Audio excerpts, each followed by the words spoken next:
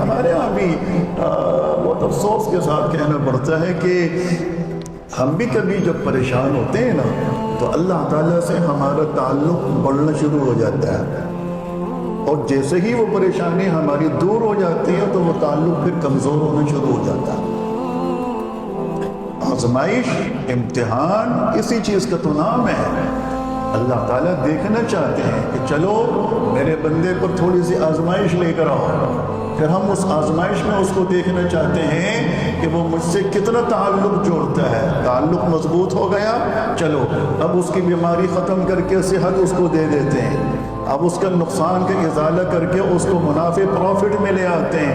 اب ہم اس کو دیکھنا چاہتے ہیں کہ اس خوشحالی کے زمانے میں وہ ہم سے کون سا رشتہ جوڑے رکھتا ہے اور تعلق کو جوڑے رکھتا ہے۔ اللہ تعالیٰ جب دیکھ لیتا ہے کہ جب وہ مصیبت میں تھا تو میرا تھا، جب مصیبت میں نے دور کر دی تو وہ شیطان کا ہو گیا، تو پھر کیا اللہ تعالیٰ کی طرف سے بھی وہ محبتیں اپنے بندے کو اسی طرح مل سکتی ہیں؟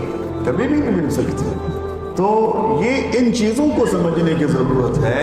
افسوس یہ ہے کہ یہ مثالیں اللہ تعالیٰ مشرکین کے بارے میں بیان فرما رہے ہیں، لیکن مسلمانوں کی یہ حالت ہو گئی ہے، مسلمانوں کی یہ حالت ہو گئی ہے۔ صحابہ کرام میں، پیغمبروں میں، آزمائش کے وقتوں میں، مشکلات کے وقتوں میں اللہ تعالیٰ سے رابطے اور تعلق میں کوئی فرق نہیں آتا تھا۔ وہ حضرات جب خوشحالی میں جس طرح اللہ تعالیٰ سے لو لگا کر عبادت کرتے تھے، مشکلات میں بھی اسی طرح لو لگا کر عبادت کرتے تھے۔ مشکلات میں جو ان کا رشتہ ہوتا تھا، خوشحالی میں بھی اللہ تعالیٰ کے ساتھ ان کا وہی والا رشتہ اور وہی والا تعلق مضبوطی کے ساتھ جڑا رہتا تھا۔ لیکن میں اور آپ، ہماری روش مختلف ہے، ہمارا مزاج مختلف ہے۔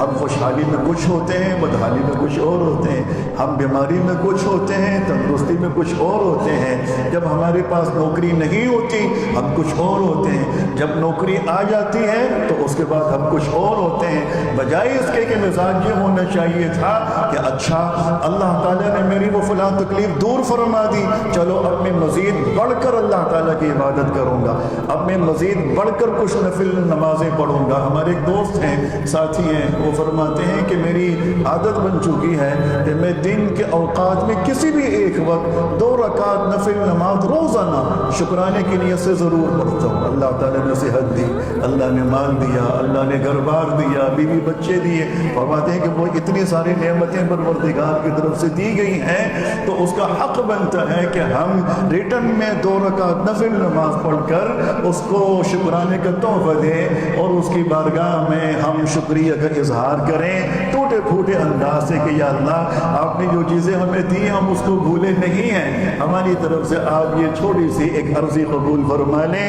یہ اس مقصد کے لیے ہے کہ ہمیں بالکل اچھی طرح یاد ہے کہ جو آپ نے دیا ہے وہ واقعتاً آپ ہی کا دیا ہوا ہے اور ہم آپ کے احسانات تلے دبے ہوئے ہیں۔